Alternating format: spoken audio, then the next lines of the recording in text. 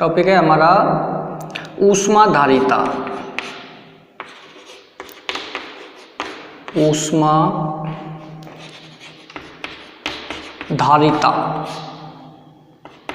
ठीक है। अब देखो ये जो ऊष्माधारिता है इसको हम अंग्रेजी में कहते हैं हीट कैपेसिटी।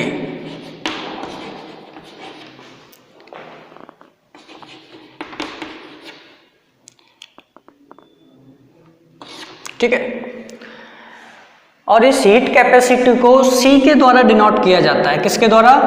C के द्वारा, यानी इसका C सिंबल होता है ऊष्माधारिता का। ठीक है, अब देखो जो ऊष्माधारिता है सबसे पहले इसको डिफाइन करते हैं हम, क्या होती है। तो देखो हम कहेंगे कि पर डिग्री सेंटीग्रेड या प्रति डिग्री सेंटीग्रेड ताप में वृद्धि करने के लिए किसी तंत्र को दी गई ऊष्मा क्या कहलाती है?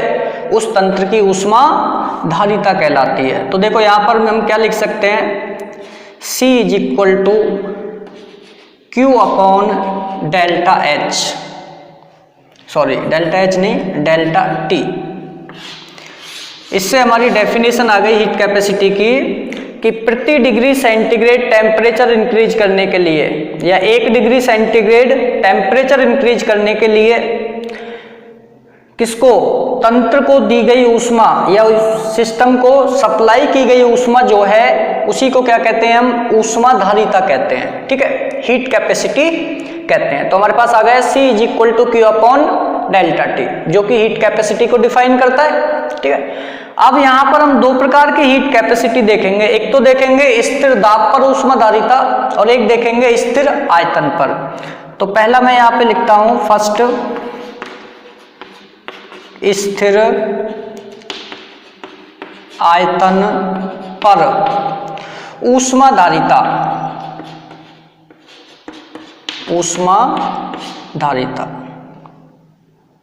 ठीक है, इसको हम शॉर्ट में CV के द्वारा दिखाते हैं। C के पैर में V, CV के द्वारा दिखाते हैं। ठीक है, तो हम क्या कहेंगे, CV जो है वो क्या होगा? CV को हम इस तरह डिफाइन कर सकते हैं QV अपॉन डेल्टा T, यानी कि प्रति डिग्री सेंटीग्रेड ताप वृद्धि करने के लिए या ताप बढ़ाने के लिए, प्रति डिग्री सेंटीग्रेड ताप बढ़ाने के लिए स्थिर आयतन पर किसी तंत्र को दी गई ऊष्मा, क्या कहा?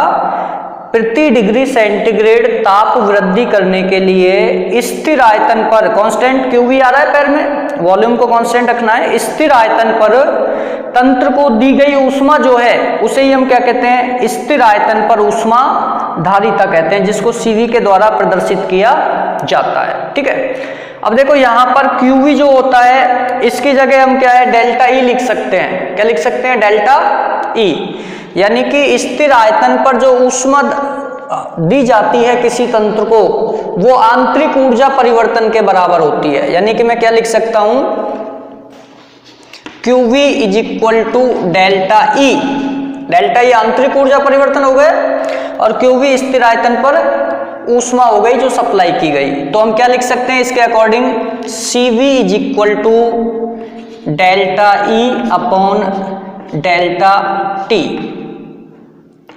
Delta E upon delta T। QV की जगह डेल्टा E रखा क्योंकि स्थिर आयतन पर ऊष्मा जो दी जाती है वो आंतरिक ऊर्जा परिवर्तन के बराबर होती है। तो हमने क्या लिखा इस फॉर्मूले से? CV is equal to delta E upon delta T, या इसको क्या है? डेल्टा E और डेल्टा T को सूक्ष्म परिवर्तन के रूप में दिखाया जाए तो मैं क्या लिख सकता हूं इसको?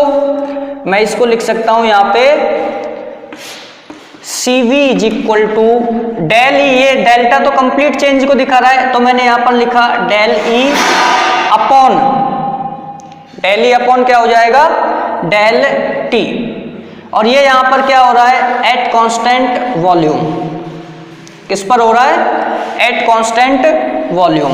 तो ये हमारे पास जब हम रिलेशन निकालेंगे तो वहां पर हमें इक्वेशन काम आएगी, यानी CP और CV में जब रिलेशन निकालेंगे वहां ये काम आएगा। ठीक है, अब इसी तरह से ये हमने निकाल लिया स्थिर आयतन पर। आगे हम चलते हैं स्थिर आयतन की जगह स्थिर दाब पर ऊष्माधारिता, यानी eight constant pressure heat capacity. तो सेकंड हमारा होता है स्थिर दाब पर, किस पर? स्थिर दाब पर ऊष्माधारिता, ठीक है। और इसको हम शॉर्ट में Cp के द्वारा प्रदर्शित करते हैं। C के पैर में P मीन्स कांस्टेंट प्रेशर पर हीट कैपेसिटी, ऊष्माधारिता। तो मैं क्या लिख दूंगा? Cp is equal to QP upon delta T। Definition क्या हो गई? 1 डिग्री सेंटीग्रेड ताप वृद्धि करने के लिए स्थिर दाब पर, P पैर में आ रहा है तो कांस्टेंट प्रेशर को दिखा रहा है, स्थिर दाब पर किसी तंत्र को दी गई ऊष्मा क्या कहलाती है? स्थिर दाब पर ऊष्माधारिता कहलाती है। तो यहां से हमारे पास डेफिनेशन आ जाती है स्थिर दाब पर ऊष्माधारिता की, यानी कि 1 डिग्री सेंटीग्रेड टेम्परेचर इंक्रीज करने के लिए कांस्टेंट प्रेशर पर जो ऊष्मा दी जाती है किसी तंत्र को या निकाय को, उसे ही क्या कहते हैं? स्थिर दाब पर ऊष्माधारिता, यानी कि Cp कहते हैं। अब देखो Qp जो होता है, कांस्टेंट प्रेशर पर जो ऊष्मा दी जाती है किसी सिस्टम को, वो एंथैल्पी परिवर्तन के बराबर होती है। क्या होती है? Qp is equal to delta H होता है, यानी एंथैल्पी परिवर्तन के बराबर होती है। तो हम इस इक्वेशन को क्या लिख सकते हैं? ऊपर वाली को Cp is equal to delta H upon delta T, ठीक है। और यहां पर क्या लगाएंगे? कांस्टेंट प्रेशर की, और यहां पर भी हम लगाएंगे, देखो ये हमने छोड़ दिया था पीछे, कांस्टेंट वॉल्यूम, ठीक है। ये तो हमने कहा डेल्टा H, Qp की जगह डेल्टा H रखा because Qp is equal to delta H होता है, यानी आंतरिक ऊर्जा जो है, सॉरी एंथैल्पी में जो परिवर्तन होता है वो Qp के बराबर होता है। तो यहां पर delta H upon delta T at constant pressure. इसको भी हम स्मॉल चेंज में दिखाएं सूक्ष्म परिवर्तन के लिए, तो Cp इज इक्वल टू क्या हो जाएगा? Del H upon del T at constant pressure. ये हमारे पास दूसरी इक्वेशन आ गई जो Cp और Cv में रिलेशन में काम आएगी, ठीक है। तो ये हमारी हो गई Cp और Cv की दो equation. Cv is equal to del E upon del T का होल भी इक्वेशन फर्स्ट दिया है, और Cp is equal to del H upon del T का होल पी इक्वेशन 2 दिया है। इन इक्वेशंस को हम आगे यूज करेंगे, तो मैं इनको साइड में लिख देता हूं एक तरफ, मैं यहां लिख देता हूं ऊपर की ओर इनको। Cv is equal to del E upon del T at constant volume, और Cp is equal to del H upon del T at constant pressure. दोनों इक्वेशंस को मैंने यहां लिख दिया है ऊपर, आगे यूज होगा इनका, ठीक है। तो देखो आगे चलते हैं और Cp और Cv में रिलेशन देखते हैं, क्या रिलेशन होता है। इनको मैं हटा देता हूं।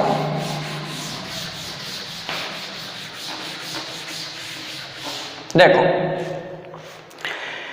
तो अब हम देखेंगे Cp व Cv में रिलेशन। तो मैं पॉइंट बना देता हूं, Cp तथा Cv में संबंध, ठीक है। तो इन दोनों के बीच रिलेशन देखेंगे, और ये रिलेशन क्या होता है मैं आपको इधर लिख देता हूं। रिलेशन होता है Cp minus Cv is equal to R। क्या होता है? Cp minus Cv is equal to R। ये रिलेशन होता है Cp और Cv के बीच। ये हमको ड्राइव करना है, ये व्युत्पन्न करके लाना है, तब जाकर हमारा जो है पूरा रिलेशन निकल के आएगा, यानी एक डेरिवेशन कंप्लीट होगा, ठीक है। तो सबसे पहले हम ये जो मैंने ऊपर वैल्यूज लिखी हैं Cp और Cv की, इनका यूज करेंगे। तो मैं यहां पर लिखूंगा, इसको मैंने कहा था समीकरण 1 और इसको हमने कहा था समीकरण 2, ठीक है। तो मैं यहां पर लिखूंगा समीकरण 1 व 2 से, ठीक है। तो यहां पर समीकरण 1 व 2 से हम क्या लिखेंगे? Cp और Cv में रिलेशन निकालेंगे। तो देखो Cp की वैल्यू ऑलवेज ज्यादा होती है देन Cv से। इसके लिए आपको पिछले वीडियो देखने होंगे क्यों ज्यादा होता है, ठीक है।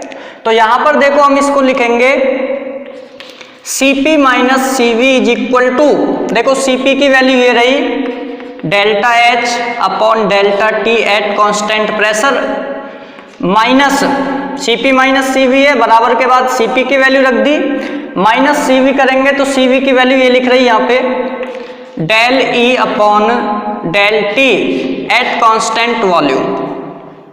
ठीक है, इसको मैंने दे दिया समीकरण नंबर 3। क्लियर है यहाँ तक? Cp और Cv की वैल्यू रख दी, यानी Cp माइनस Cv करके, तो ये समीकरण 3 आ गया। अब जो समीकरण 3 है, इसके बाद हम कह रहे हैं कि एंथैल्पी क्या होती है। हमारे पास एंथैल्पी होती है H is equal to E plus PV। ये एंथैल्पी होता है, यानी कि आंतरिक ऊर्जा और दाब आयतन का जो गुणनफल का योग होता है, उसे ही क्या कहते हैं? एंथैल्पी कहते हैं। तो हम यहाँ पर कह रहे हैं कि ये जो एंथैल्पी टर्म है H is equal to E plus PV, इसको हमें क्या करना है, ये जो हमारे पास है इसको T के सापेक्ष, किसके सापेक्ष? T के सापेक्ष स्थिर दाब पर अवकलित करेंगे हम। तो मैं यहां पर लिख देता हूं, यहां लिख देता हूं मैं स्थिर दाब पर, स्थिर दाब पर T के सापेक्ष, T के सापेक्ष अवकलन करने पर, क्या करने पर?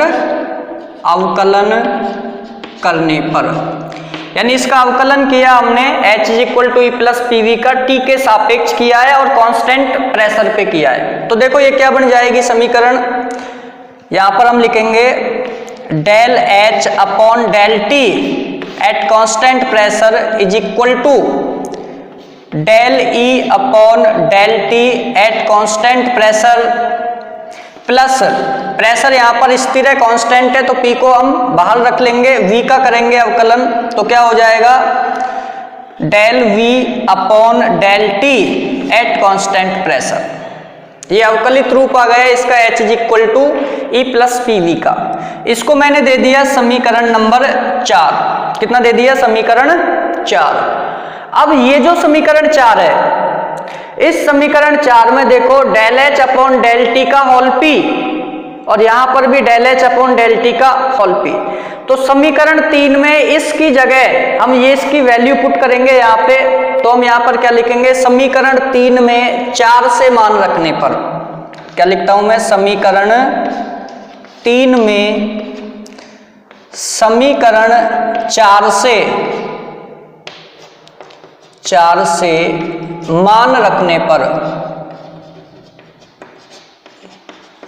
मान रखने पर, तो देखो इसका मान मैं इधर रख रहा हूं, ये समीकरण 3 है, तो मैं लिखूंगा Cp minus Cv is equal to del H upon del T के होल P की जगह ये दोनों वैल्यू रखनी है, तो मैं यहां पर लिखता हूं del E upon del T at constant pressure,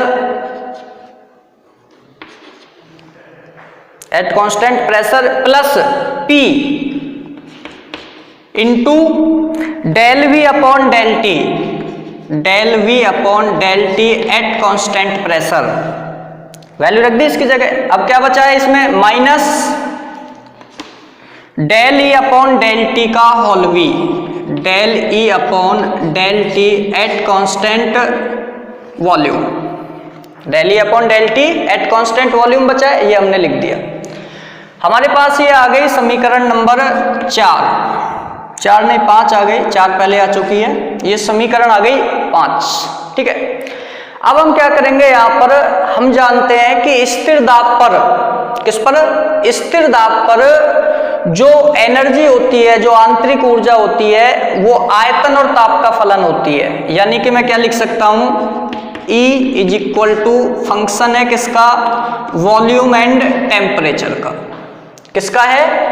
volume and temperature का क्या है? ये फंक्शन है आंतरिक ऊर्जा जो है। ठीक है, तो मैं इसको क्या लिखूं यहाँ पे, इसको हमें अवकलित रूप में लिखना है। तो यहाँ पर देखो, एक बार V को वेरिएबल रखेंगे, T को कांस्टेंट, और एक बार V को कांस्टेंट रखेंगे, T को वेरिएबल।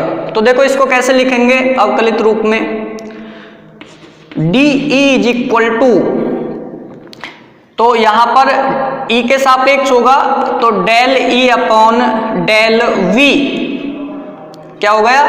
डेल V, और ये हो गया eight constant temperature. Volume variable रखा है और टेम्परेचर कांस्टेंट रखा है, इनटू dV।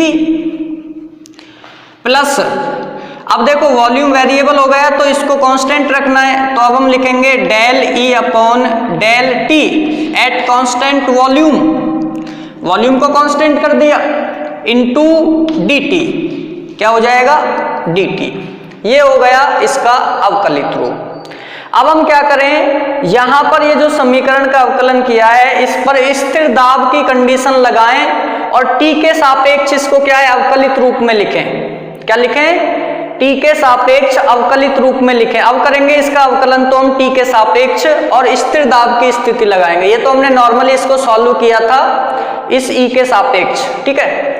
तो अब देखो यहां पर हमने क्या कहा, तो मैं इसको क्या लिख सकता हूं,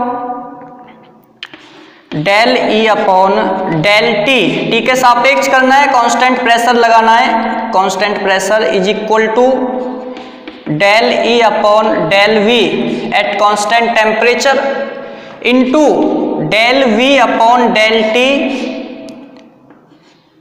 eight constant pressure, constant pressure लगाना है जहां पे नहीं है, plus del E upon del T at constant volume, और dt से dt कट जाएगा, क्या होगा dt से dt यहां पर कट जाएगा, क्योंकि यहां पर क्या है, या तो आप इसको ऐसे कह सकते हो कि स्थिर दाब की कंडीशन लगाएं और dt का भाग दे दें। ये हमने क्या कर दिया, अवकलित रूप लिख दिया, और अवकलित रूप लिखने के बाद हम क्या करें, इस समीकरण में दोनों ओर dt का भाग दें और क्या करें, स्थिर दाब की परिस्थिति लगाएं। तो del E upon del T at constant pressure, del E upon del V at constant temperature into del V upon del T at constant pressure plus del E upon del T at constant volume, और dt से dt cancel और हो जाएगा।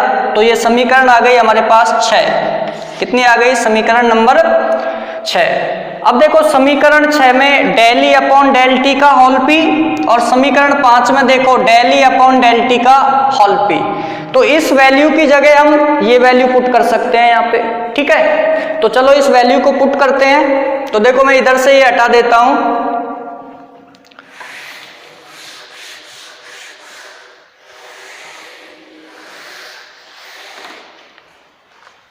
देखो तो मैं लिखता हूं समीकरण 5 में 6 से मान रखने पर,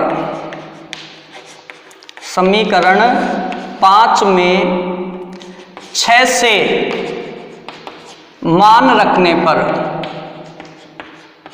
मान रखने पर, ठीक है। तो देखो वैल्यू पुट करो, Cp minus Cv is equal to del E upon del T का होल पी की जगह ये वैल्यू पुट करो यहां से। तो मैं क्या लिखता हूं, del E upon del T at constant, अच्छा वैल्यू पुट करनी है इसकी जगह हमें, देखो इसकी जगह ये रखेंगे del E upon del V, del E upon del V at constant temperature into del V upon del T at constant pressure plus del E upon del T at constant volume, ठीक है। ये आ गई value इसकी जगह। अब क्या बचा, plus P del V upon del T at constant pressure, और माइनस में क्या है, del E upon del T at constant volume, ठीक है। At constant volume. तो देखो क्या कट रहा है यहां से, del E upon del T का होल भी नेगेटिव साइन के साथ और del E upon del T का होल भी पॉजिटिव साइन के साथ, तो ये टर्म यहां से कैंसिल हो जाएगी। तो हमारे पास क्या बचा, Cp minus Cv is equal to del E upon del V at constant temperature into del V upon del T at constant pressure plus P, ये इससे कैंसिल ओवर हो गया, और क्या बचा, del V upon del T at constant pressure, यही बचेगा यहाँ पे, ठीक है। अब देखो ये बचने के बाद यहाँ पर क्या है, इसको मैं पहले लिख देता हूं, इनको बाद में लिख देता हूं। तो यहां पर हम क्या लिख सकते हैं इस समीकरण को, Cp minus Cv is equal to P del V upon del T at constant pressure plus del E, इनको आगे ले गए, upon del V at constant temperature into del V upon del T at constant pressure. ठीक है, अब देखो यहां पर क्या कॉमन आ रहा है, del V upon del T at constant pressure और del V upon del T at constant pressure, तो कॉमन आ जाएगा यहाँ पे ये टर्म। तो क्या लिख देंगे, Cp minus Cv is equal to del V upon del T at constant pressure, common आ गया, क्या बचा यहाँ पे P। अब देखो इसको मैं ऐसे कर लेता हूं आगे, P बचा है यहाँ पे, और P के साथ क्या आएगा प्लस में del V upon del T, भाई इसके साथ ये वाली और ये वाली टर्म कॉमन आ गई, ये कॉमन ले ली हमने। उसके बाद यहां से क्या बचा, P बचा प्लस का साइन, और ये बचेगा यहाँ पे del E upon del V at constant temperature, यही बचेगा यहाँ पे। ठीक है, इसको हमने ये बंद कर दिया। ठीक है, अब देखो यहां पर ये होने के बाद ये जो del E upon del V क्या है, एट कांस्टेंट टेम्परेचर, ये आकर्षण बलों को प्रदर्शित करती है मॉलिक्यूल्स के बीच में। क्या दिखाती है, मैं इधर से हटाता हूं इसको,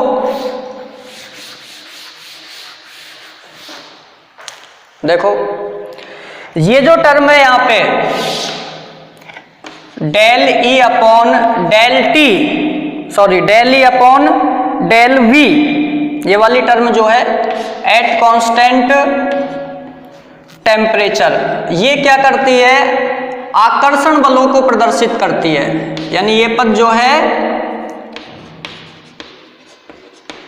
आकर्षण बलों को रिप्रेजेंट करती है मॉलिक्यूल्स के बीच में। तो देखो गैसों के अंदर जो मॉलिक्यूल्स के बीच में अट्रैक्शन है वो क्या होते हैं, बहुत दुर्बल होते हैं, और आदर्श गैसों के अंदर हम कहते हैं कि जो आकर्षण बल हैं वो ऑलमोस्ट जीरो होते हैं। क्या होते हैं, शून्य होते हैं। तो इसका मतलब मैं क्या लिख सकता हूं इस टर्म को, del E upon del V at constant temperature is equal to zero. कब लिखा है ऐसा, फॉर आइडल गैस, क्या लिखेंगे कोष्टक में, फॉर